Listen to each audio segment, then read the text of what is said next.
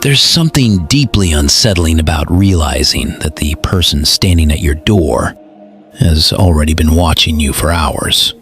Not from the street, not from a passing car, but from the trees, from the dark edge of your property, from somewhere just beyond the place where your light stops reaching.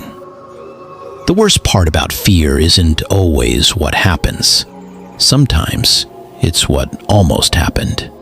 The stranger who vanished before you could react. The footsteps outside your tent in the middle of nowhere. The knock at the door that comes twice, with the exact same words. Tonight's stories aren't about ghosts, monsters, or things from another world. They're about people. And that's exactly why they're terrifying. Because every person in these stories had the same thought at first. Maybe it's nothing. Maybe I'm overreacting. Maybe there's a normal explanation. But there wasn't. And by the time they understood that, it was almost too late.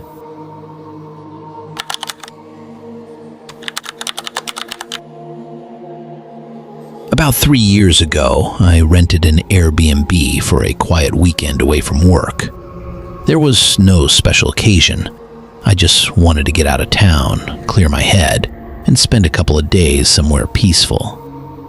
The cabin was about 4 hours from my hometown, tucked far enough away that it felt isolated. It was surrounded by woods, with only a handful of other cabins scattered around the area. It was exactly the kind of place I'd been looking for.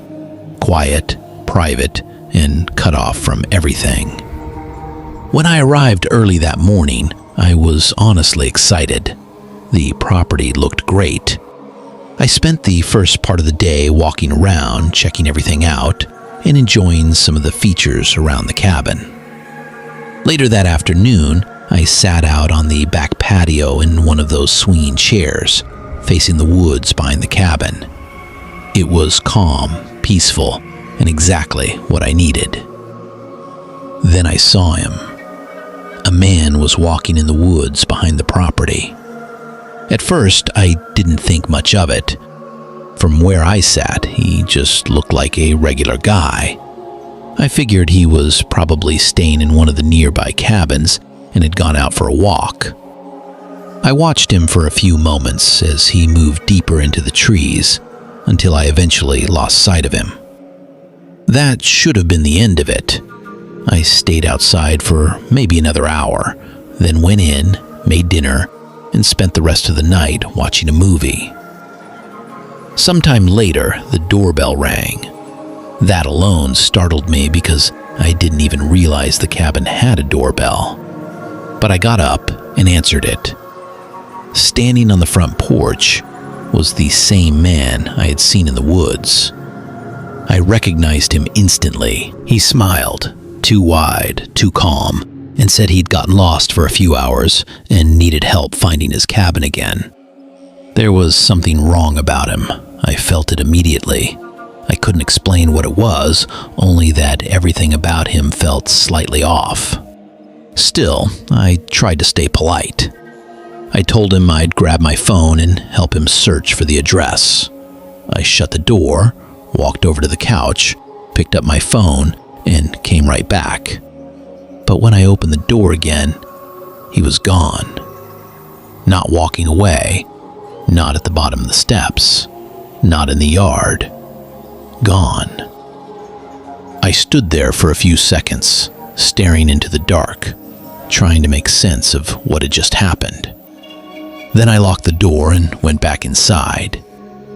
It didn't make sense, but eventually I convinced myself to let it go. I stayed alert for a while, but by the end of the night, I went to bed. The next morning, I made coffee and stepped out onto the back porch. About 10 minutes later, I saw him again, in the exact same place in the woods, walking the same path. At that point, I knew for certain he hadn't been lost. So why had he come to my cabin? I went back inside and called a friend, mostly because I needed to say it out loud to someone. Talking to another person made it feel less surreal. Then, while I was still on the phone, the doorbell rang again. My stomach dropped. I whispered to my friend what was happening and kept the call going as I walked to the door. I opened it. Same man, same smile. He looked at me and repeated, almost word for word, the exact same thing he'd said the night before. He said he was lost and needed help finding his cabin. I stared at him, confused and annoyed now, and before I could respond, he added, "Can you get your phone and search the address?" My blood turned cold. It was the exact same line, same wording, same tone, like he was reading from a script. I slammed the door in his face, locked it, and told my friend I was leaving. I packed as fast as I could, barely thinking straight. Before going outside, I checked the peephole. He was gone. I rushed to my car, threw my bags into the back seat, got in, and started reversing out of the driveway. That's when I looked up. He was standing inside the cabin, in the front window, watching me drive away. To this day, that image still makes me sick, because I had been outside for maybe 30 seconds, no more, and somehow, in that time, he had gotten into the house. When I got home, I contacted the Airbnb owner and told him everything about the man, the repeated visits, and the fact that he had somehow broken into the rental. His response was short and strangely detached. He apologized that I didn't enjoy my stay. That was it. No concern, no urgency, nothing. I still don't know what that man wanted. I don't know whether he was trying to scare me, lure me, or something worse. But I do know this.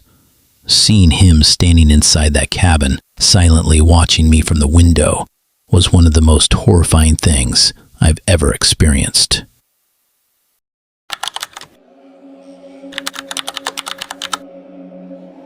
I'm 29 years old, and I live near the Appalachian Range in lower West Virginia. I've been hiking, camping, and backpacking for years. Every fall, my best friend and I would usually plan one long trip somewhere deeper in the mountains. In 2019, we planned a backpacking route to a small lake near the top of one of the ranges. It was supposed to be a multi-day trip, but a few days before we left, my friend had to cancel because of a work emergency. I had already taken the week off and packed everything, so I decided to go alone. The first 2 days were normal. These weren't marked recreational trails, so I was navigating with landmarks, maps, and a compass. It was the kind of terrain where you head toward a ridge, a rock formation, or some visible point in the distance, and then figure out the next leg of the route once you get there. By the second evening, I stopped several hours short of the ridge and set up camp. I built a fire, heated food, and eventually crawled into the tent to read before sleeping. About 20 minutes later, over the sound of the fire crackling outside, I heard a loud, sharp snap directly behind my tent. A stick breaking, not falling, not shifting in the wind. Stepped on. I froze. My first thought was a black bear, maybe attracted by the smell of food. I waited, listening, but heard nothing else. I grabbed my flashlight, crawled out of the tent, and swept the beam across the tree line. Nothing. I even called out loudly, hoping that if it was an animal, it would run. But the woods stayed silent. That was what bothered me most. The stick breaking had been so distinct, so obviously caused by something with weight, that the silence afterward didn't feel natural. I stayed awake for a while, put out the fire, and eventually got back in the tent. Sleep came hard that night. The next day, I reached the ridge and made my way to the lake by evening. It was beautiful, quiet, remote, exactly the kind of place you imagine when you think of escaping civilization. I walked around it for a bit, set up camp near the tree line, and sat by the fire as the sun disappeared. That's when I started hearing it again, soft sounds from the trees behind me. At first, I told myself it was just the forest settling, branches moving, leaves shifting, maybe small animals. But after a while, the pattern became harder to ignore. It sounded like footsteps. Slow, light, careful. And every time I turned to listen more closely, they would stop. Eventually, I got into my tent. But even lying there, every few minutes I'd hear it again. Something moving around outside, always just far enough away that I couldn't be sure. At some point, exhaustion took over, and I fell asleep. Then I woke up to the sound of someone running, not pacing, not walking, running away from my tent. I sat upright instantly, grabbed my flashlight, and burst outside. In the distance, I saw the back of a person disappearing into the darkness. A person, not an animal, not my imagination. A person had been right outside my tent. I looked down and saw footprints all around the campsite, circling the tent like someone had been slowly walking around me while I slept. I cannot properly explain the panic that hit me in that moment. Out there, miles from anyone else, there was no help coming. No one would hear me. No one even knew exactly where I was at that hour. I restarted the fire as fast as I could and sat beside it until sunrise, barely blinking, listening to every sound in the woods. Nothing else happened, but the next morning, when I packed up and started the hike back early, I began noticing things missing from my bag. Small things at first. Food, a couple of tools, minor supplies. Things I knew I had packed. That thought still bothers me more than almost anything else. Because if items were missing, then that means the person who circled my tent may not have just watched me. They may have gone into my backpack while I was asleep. Which means they weren't just nearby. They were close enough to touch my things. Close enough to crouch beside me in the dark while I slept, unaware. One spring break, my roommate was gone for the week and I had the house entirely to myself. I had no classes, no major plans, and thanks to a huge storm tearing through the city, no reason to leave. By late evening, the weather had gotten bad enough that sleep didn't even feel worth trying. The wind was so loud, the whole house creaked and shook. So, I stayed up, turned on my Xbox, and started playing games to pass the time. Around 11 p.m., the doorbell rang. I paused the game and sat there for a second, confused. Who would be outside in weather like that? I went to the front door and checked through the peephole. No one. I opened the door, and rain and wind slammed into me immediately, but the porch was empty. I looked around and didn't see anybody. I shut the door and told myself maybe the storm had somehow triggered it. A few minutes later, I heard a violent crash in the backyard, furniture tumbling, things breaking, scraping across the ground. I ran to the back door and saw our patio furniture being thrown around by the wind. I pulled on my shoes and ran outside to shove everything against the house before it got destroyed. The rain hurt against my face. The wind was strong enough to actually sting. I was rushing through the yard when I looked up and saw someone standing at the far edge of it. Just standing there, watching me. I froze for a second, grabbed the last piece of furniture, and ran back inside. When I looked out through the back door, the person was gone. That was enough to put me on edge. Between the figure in the yard and the unexplained doorbell, I decided to stay downstairs for a while instead of heading up to bed. Eventually, though, exhaustion won. I grabbed a blanket and lay down on the couch in the living room. Sometime later, still deep in the night, I woke up because the house shook with another burst of wind. I pushed the blanket aside and put my feet on the floor, and they landed in water. Cold, soaking water. That jolted me awake immediately.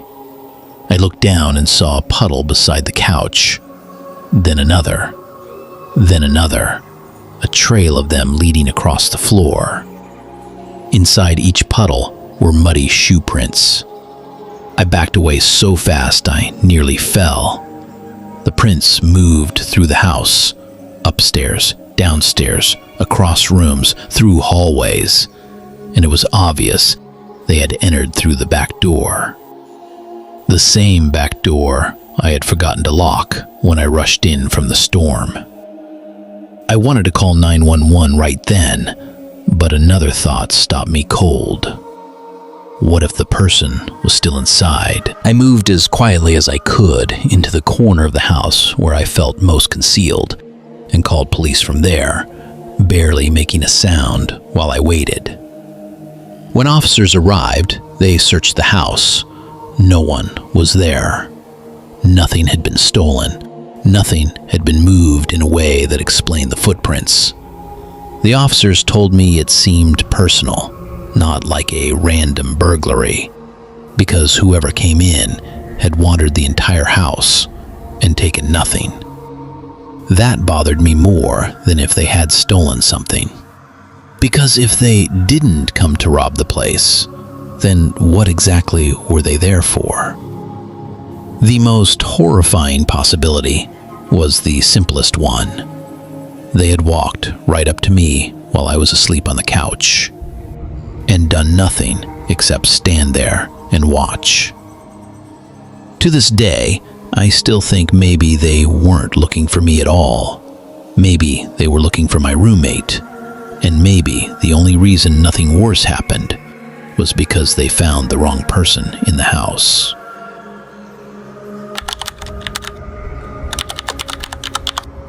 Last year, I agreed to house sit for one of my best friends while they were away on a 2-week business trip. It was an easy job. Feed the lizards, take care of some fish, water the plants. Their house was much nicer than my apartment, so honestly, I didn't mind at all. The first week went by without a problem. Then, one evening, while I was sitting at the kitchen table, I heard a man cough right outside the house. Not down the street, not in a neighboring yard, right outside the back door. The sound was so close it made me jump. I immediately got up and switched on the outdoor lights, hoping whoever was there would realize the house wasn't empty. After waiting a minute, I looked outside. No one.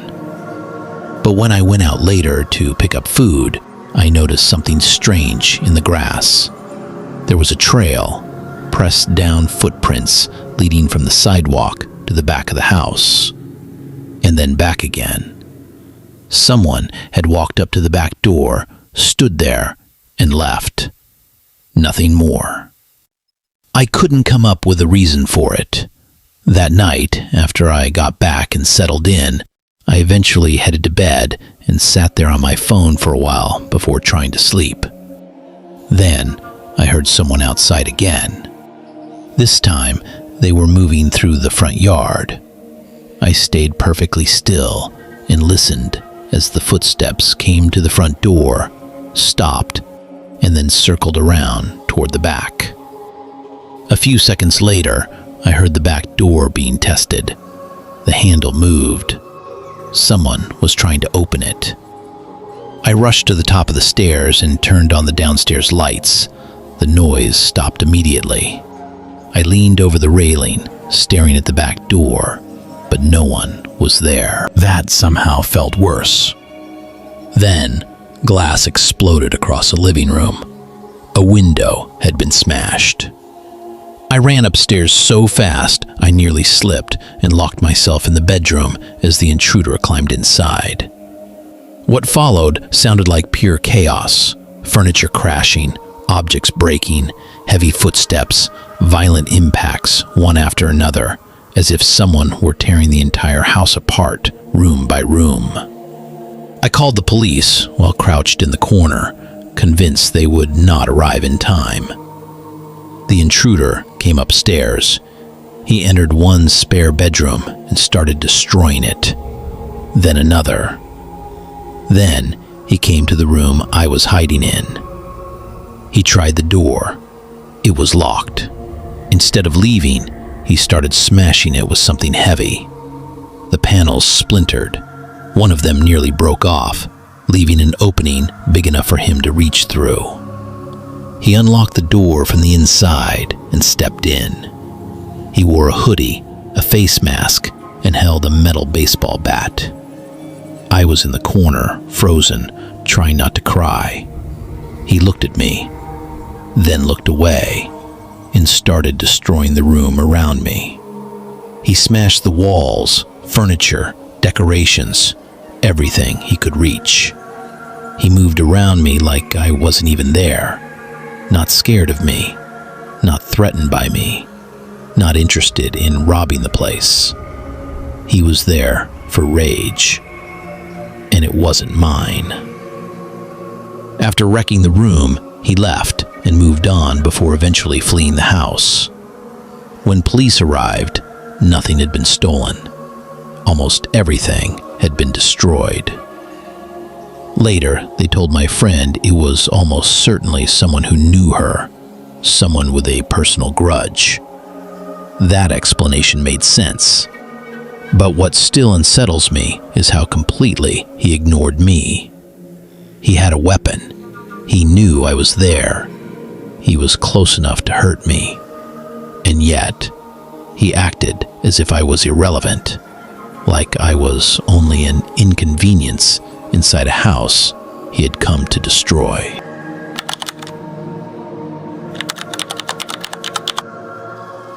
A couple of years ago, I was working the overnight shift at a gas station convenience store. It was raining that night, not hard, but enough that it kept most people off the roads. Places like that are strange after midnight when it's wet outside. The store feels bigger, emptier. Every sound echoes. I spent most of the shift scrolling on my phone behind the counter, getting up occasionally to stock shelves or walk around just to stay awake. Then I heard tapping on the glass door. I looked up and saw a man standing outside in the rain. His face was hidden beneath the hood of his jacket. I waved at him, trying to show him the door wasn't locked and he could come in. He didn't move. He just kept tapping. So I walked over and opened the door myself. Without saying anything, he walked past me, went to the counter, asked for cigarettes, paid in cash, and left. I watched him through the window and realized something odd. There were no cars at the pumps, none in the parking lot, nothing anywhere nearby. He just walked off down the road in the rain. It was weird, but not weird enough to keep thinking about forever. An hour later, the tapping came again. Same man, same hood. I opened the door and asked if he was okay. He said something I didn't understand, then gestured down the road. His English seemed limited. Eventually, he pointed toward one of the pumps, where I now noticed a gas container sitting beside it. He said one word: help. That seemed simple enough. I assumed his car had broken down somewhere nearby. He handed me a credit card and I went out to pump gas into the container. While I did, he stood behind me in a way that made me uncomfortable. Too close, slightly out of view, like he didn't want me watching him. As soon as it was full, I handed it back and headed quickly for the store. Then he grabbed my arm. He started talking fast in a language I didn't understand, louder now, almost agitated. I pulled away and kept walking.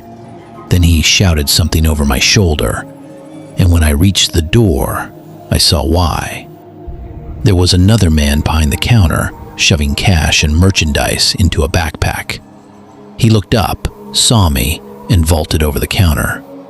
Before I could react, the man behind me struck me in the head. Everything went black. I woke up on the floor with a pounding headache, stitches later, and the kind of embarrassment you feel when you realize you were manipulated that easily. But CCTV showed something that wiped out the embarrassment and replaced it with something much worse. The man inside had a gun. If I had tried to stop him, if I had resisted, shouted, reached for anything, there's a very real chance I never would have woken up at all. Back in 2020, a friend of mine connected me with a woman who needed a dog sitter while she and her husband went on vacation to California. I used to dog sit through an app and I needed the extra money, so I agreed.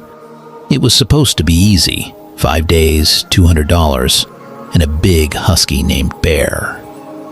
The owners showed me around the house ahead of time. The front door had a keypad lock, the place seemed secure, and Bear, while huge, was friendly.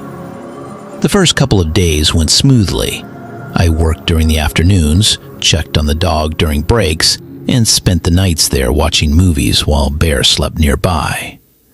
Then, one Monday night, someone knocked at the door.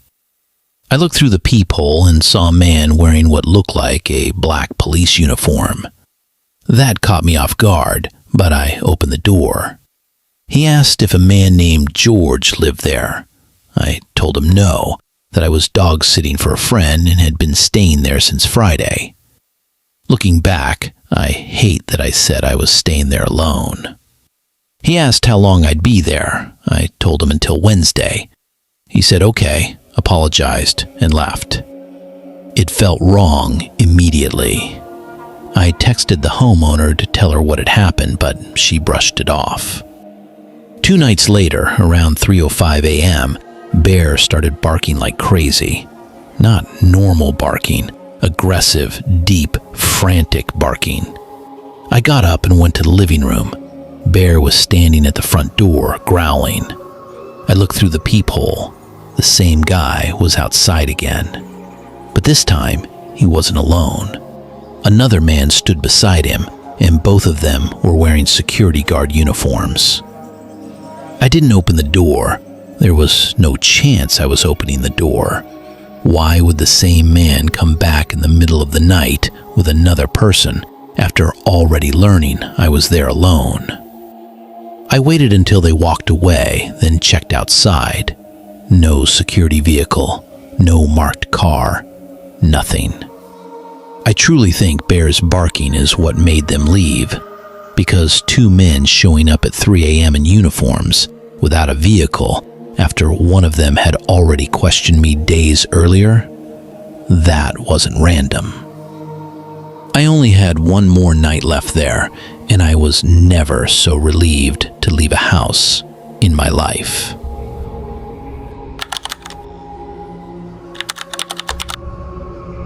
During a 10-day road trip, I made the mistake of not booking hotels in advance. I was moving from city to city, not sure exactly how long I'd stay anywhere, so I was relying on last-minute vacancies. For the first 5 nights, I got lucky. On the 6th night, I didn't. I had been driving late, felt myself getting dangerously tired around 11 p.m., and started calling hotels ahead. Every big chain nearby was full or no longer accepting walk-ins. I was getting to the point where I considered sleeping in the car. Then I saw a sign for a small hotel about 10 miles ahead. It was more of a motel, really. Single-story, outdated, mostly empty. But they had a room, so I took it. The room was old but fine for one night. I brought my bag in, shut the door, and barely had a minute to settle before someone knocked. I opened it just a crack. A man stood outside, mumbling to himself. The moment he saw the door move, he pushed against it, trying to force his way inside, while still talking under his breath. I shoved back and managed to stop him before he got in. Then, just as suddenly as he'd tried, he stopped, looked up at me, and walked away. I locked the door and told myself he was just some confused addict wandering the property. 15 minutes later, I fell asleep. A couple of hours after that, I woke to another knock. This time, I was smarter. I left the chain on before opening the door. The second I cracked it, the man rammed the door over the shoulder. The chain held. I stumbled backward as he started shouting nonsense, slamming into the door over and over, trying to break through. I called 911 while he kept hitting it. Then, something metallic slid through the gap in the door. A knife. He was trying to cut the chain. It didn't work, but that didn't matter. Seeing the blade appear through the crack was enough to send pure panic through me. The banging and yelling went on for several minutes before finally stopping. By the time police arrived, he was gone. I don't know who he was or why he was so determined to get into my room. Maybe he was completely out of his mind. Maybe he thought I was someone else. Maybe there was no reason at all. But the one thing I know is this. If I had opened that door normally the second time, I probably wouldn't be telling this story. When I moved into a newly built house across the state, I was actually excited. My old landlord had sold the place I was renting, and this new home seemed like a fresh start. But almost immediately, I noticed the neighbor across the street staring at me. At first, I brushed it off. New person in the neighborhood, natural curiosity, whatever. But after a few days, I realized something was wrong. He never really left his house. He never smiled, never spoke to anyone. I'd catch him standing in his driveway at odd hours or watching from inside through the window. Then one night, I heard something scraping outside. I looked out and saw him dragging a ladder across his lawn. It was late, far too late for anyone to be doing outdoor work. And there was something about the slow, deliberate way he moved that made me deeply uncomfortable. The next morning, I saw him standing near the end of my driveway, staring directly at my house. After that, things escalated quickly. One night, I woke to the sound of footsteps in my fenced backyard. I went to the window, but the moment I got there, the footsteps stopped. I waited, listened, heard nothing. Then, when I checked once more, I saw a figure standing far back in the yard, watching the house, watching me. I called police, but he was gone before they got there. I told them about the neighbor, but there wasn't enough evidence for them to do much. So I started locking everything obsessively and avoiding being outside unless I had to. A few nights later, I woke up to a heavy thud against the side of my house, right outside my second-floor bedroom. I got out of bed, walked to the window, and pulled the curtain back. My neighbor's face was inches from the glass. He was standing on the ladder, staring into my bedroom. I screamed and jumped back. He scrambled down and tried to run, but police arrived quickly enough to catch him as he was dragging the ladder away. Later, another neighbor told me they'd had strange encounters with him too, seeing him near their windows, watching their property. Part of me still wonders whether that could have been stopped sooner if anyone had reported him earlier. But what matters is that for one long, terrifying stretch of time, I was sleeping in a house where a man across the street had been studying my routines and climbing a ladder into the dark just to watch me sleep.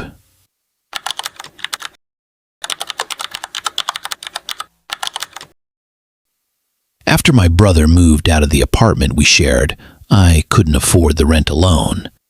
I spent months looking for a cheaper place and eventually found a listing from a man renting out a room in his house. His name was Evan. We texted, talked on the phone, and he sent me pictures. Everything seemed normal enough, so I agreed and moved in. When I arrived, Evan gave me a quick tour and helped carry my things inside. He seemed shy, awkward, maybe a little older than me, but otherwise fine. That first night, after unpacking, I went to shut my bedroom door and lock it. That's when I noticed something weird. The lock was on the outside, not the inside. I opened the door again and asked Evan why the bedroom door locked from the hallway side. He looked confused and said he'd never noticed, but he'd switch it around the next day. I was tired and didn't think much more about it. Sometime in the middle of the night, I woke up to movement in the kitchen. I assumed it was Evan getting water or something and tried to go back to sleep. Then I heard footsteps in the hall. They stopped outside my room. A few seconds later, I heard a click. He locked my door. I sat upright so fast my whole body went cold. I waited until I heard him walk away and go back into his bedroom. Then I got up and tried the knob. It wouldn't open. That was the moment the situation became real. A man I barely knew had locked me inside a room in his house. I shouted for him to open it. He came running back, stood outside the door for a second as if thinking, and then unlocked it. When I confronted him, he stumbled through some excuse about wanting to feel safe because he didn't know me. I told him I was leaving in the morning. I stayed awake the rest of the night on the couch. The next morning, I went to rent a U-Haul so I could move everything back out. When I returned, Evan was nowhere to be seen. His bedroom was empty. That only made things feel worse. I rushed to pack my stuff. After 2 hours, I had one box left. He suddenly appeared in the doorway. No expression, no explanation, just standing there. I told him to move. He eventually stepped aside. I loaded the truck and thought I was done. Then he came up holding the final half-full box of food I'd planned to leave behind. "You forgot this," he said. I took it, climbed into the back of the truck, and started setting it down. That's when he grabbed the truck door and tried to close it, with me still inside. I shoved back hard enough to knock him down, and instead of fighting, he got up and ran toward the trees beside the house. Not back inside, not to a car, just into the trees. I never found out what was wrong with him. I don't know what he planned to do, or whether he'd done something like that before. But I do know this: that lock was not an accident.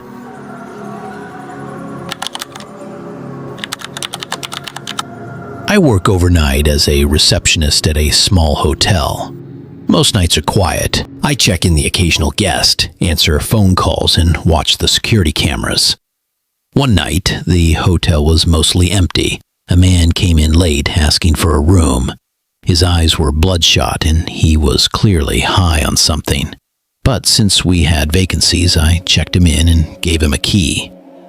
Hours later, I heard a thud from down the hallway, like a door being forced. When I went to look, the same man was standing near a maintenance door, trying to open it. I asked whether he needed help. He just stared at me.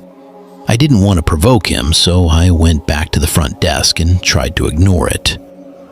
At around 3 in the morning, I heard loud banging from upstairs. I followed the sound and found one of the room doors open.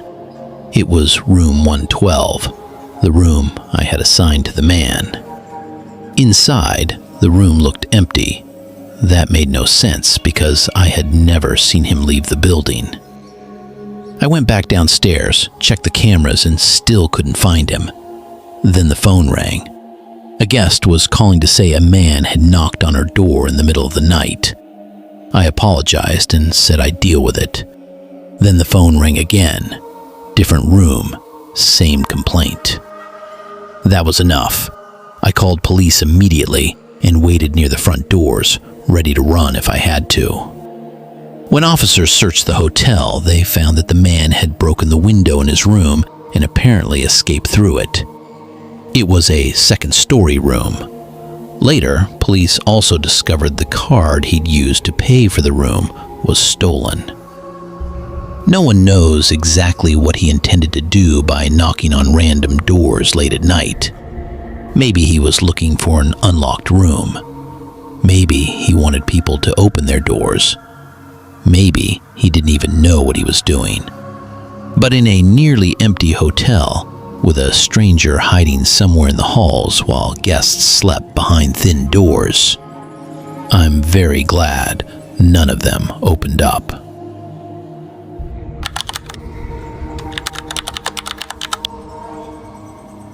A few years ago, I rented a house because I'd just gotten a work-from-home job and wanted somewhere quiet. The house was perfect for that. It was far from the other homes on the street, peaceful and private. During the first week, my landlord stopped by unexpectedly. He was smiling, overly friendly, and claimed he just wanted to check in. I thought it was a little strange, but not enough to make a big deal out of it. Later that day, while walking around the neighborhood, I noticed a car parked along the road near my house. It was his. There were no other homes close by, and there was no reason for him to be parked there. I hurried back inside and checked the yard, but I didn't see him. An hour later, he knocked on the door again. Same smile. Same fake, casual attitude. I told him politely that if he needed to come by in the future, he should at least let me know first. That night, I was already thinking about how to tell him more firmly to leave me alone. Then, sometime well after midnight, someone started knocking on the door again. I looked through the peephole. It was him. I opened the door furious and demanded to know what he was doing there. He was holding a duffel bag. He told me there was an emergency with the pipes in the basement, something about a gas leak alert on his phone, and said he needed to fix it immediately. None of the alarms in the house had gone off. Nothing about the story made sense. I told him I'd call someone in the morning and started closing the door. That's when he forced his way inside. Not violently enough to be called an attack, just enough to pretend he hadn't noticed I was shutting the door. Then he smiled and said it would only take a minute. He put the duffel bag down and opened the basement door, asking me to come look. I followed a few steps, then stopped and said I wanted my phone so I could take pictures of the problem. He stayed downstairs. I ran upstairs, grabbed my phone and keys, then on instinct, I stopped beside the duffel bag and opened it. There were no repair tools inside, at least not normal ones. I didn't stop to inspect them. I didn't need to. I heard him coming back up the stairs and ran. I got out of the house, jumped into my car, and called police from a nearby parking lot. When officers arrived, he was still there. The duffel bag wasn't. They never found it, and because he hadn't technically assaulted me, and because random visits and creepy behavior weren't enough on paper, the only real outcome was that I was allowed to break my lease and leave without a penalty.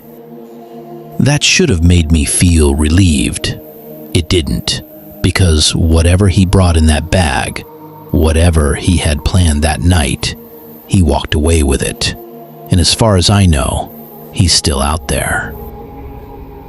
The frightening thing about stories like these isn't just the danger, it's the uncertainty. The fact that in so many of these cases, no one ever found out why. Why the man in the woods repeated the same line twice. Why someone circled a tent in the middle of the mountains. Why an intruder tracked mud through a house and stole nothing. Why a landlord showed up after midnight carrying a bag he didn't want police to see.